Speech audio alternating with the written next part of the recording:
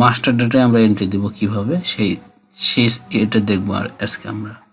তো এই জন্য আমরা গুগল ক্রোম ব্রাউজারে যাব। গুগল ক্রোম ব্রাউজারে যাওয়ার পরে আমরা লিখব ibas.finance.gov.bd বা ibas++ লিখলে এখানে আসবে। তো এটা আমি স্ক্রিনে দিয়ে দিব এবং ভিডিও ডেসক্রিপশনে অ্যাড্রেসটা দিয়ে দিব। তো আমি এখন এখানে এন্টার চাপছি। এন্টার চাপার পরে আমি 1819 থেকে নতুন কোড অনুযায়ী এই অপশনে যাব।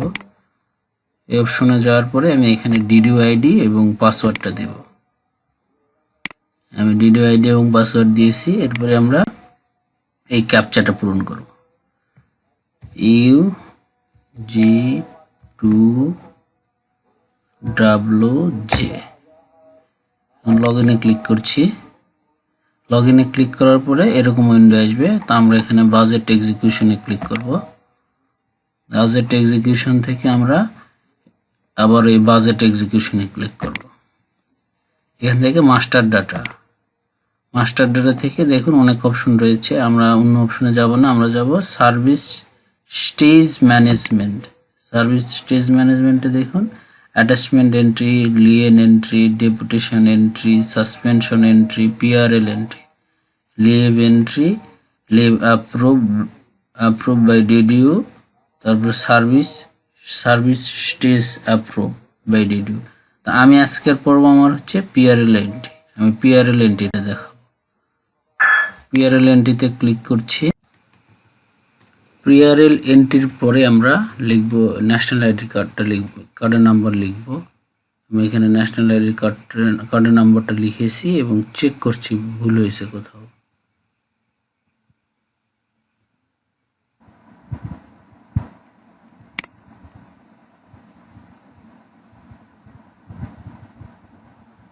আমি চেক করে দেখছি আসলে ভুল হয়েছে কোথায় ন্যাশনাল আইডি নাম্বারটা।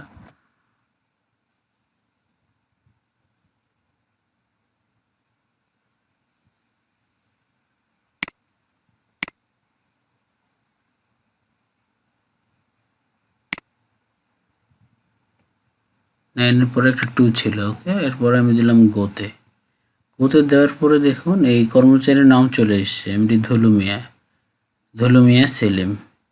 এরপরে আমাদের কাজ হচ্ছে এইখান থেকে nature of pay, full pay এবং হাফ পে। এখানে ফুল পে হবে, আমি ফুল পেটা সিলেক্ট করে দিলাম। এখান থেকে তার পিআরএল এর যে অর্ডার আছে সেটা আমি সিলেক্ট করে দিলাম, জাস্ট ইমেলের মতো অ্যাটাচমেন্টের মতো। এরপর সেভে ক্লিক করছি। দেখুন ইনফরমেশন সেভ সাকসেসফুল। এরপরে ওকেতে ক্লিক করলাম। দেখুন এখানে ফুল পে শো করছে এবং এটা পেন্ডিং দেখাচ্ছে। এই পেন্ডিং ইস্যুটা আমরা হিসাব রক্ষণ অফিসের সাথে যোগাযোগ করব এবং তারাই সেটা অ্যাপ্রুভ করবে। আর যদি কোনো কারণে ভুল হয়ে থাকে তাহলে আমরা এডিট অপশন ক্লিক করব। ক্লিক করে দেখুন হাফ পে আমি সিলেক্ট করেছি। এবারে দেখুন ইনফরমেশন সাকসেসফুল, এই যে হাফ পে দেখাচ্ছে। এটা ফুল পে যেহেতু হবে সেহেতু আমি আবার এটা কারেকশন করে নিচ্ছি। এই ফুল পেতে ক্লিক করলাম এবং সেভ সাকসেসফুল। এই পর্যন্ত ছিল আমাদের ডিডিও অ্যাকাউন্ট দিয়ে কাজ। এর পরের অংশটুকু যেটুকু একটু দেখেন পেন্ডিং দেখাচ্ছে, এটা হিসাব রক্ষণ অফিস অনুমোদন দেবে। অনুমোদন দিলে এখানে অ্যাপ্রুভ দেখাবে এবং তারপরে আমরা এই পিআরএল এ গমনরত কর্মচারীদের বেতন বিলগুলো আমরা সাবমিট করতে পারবো।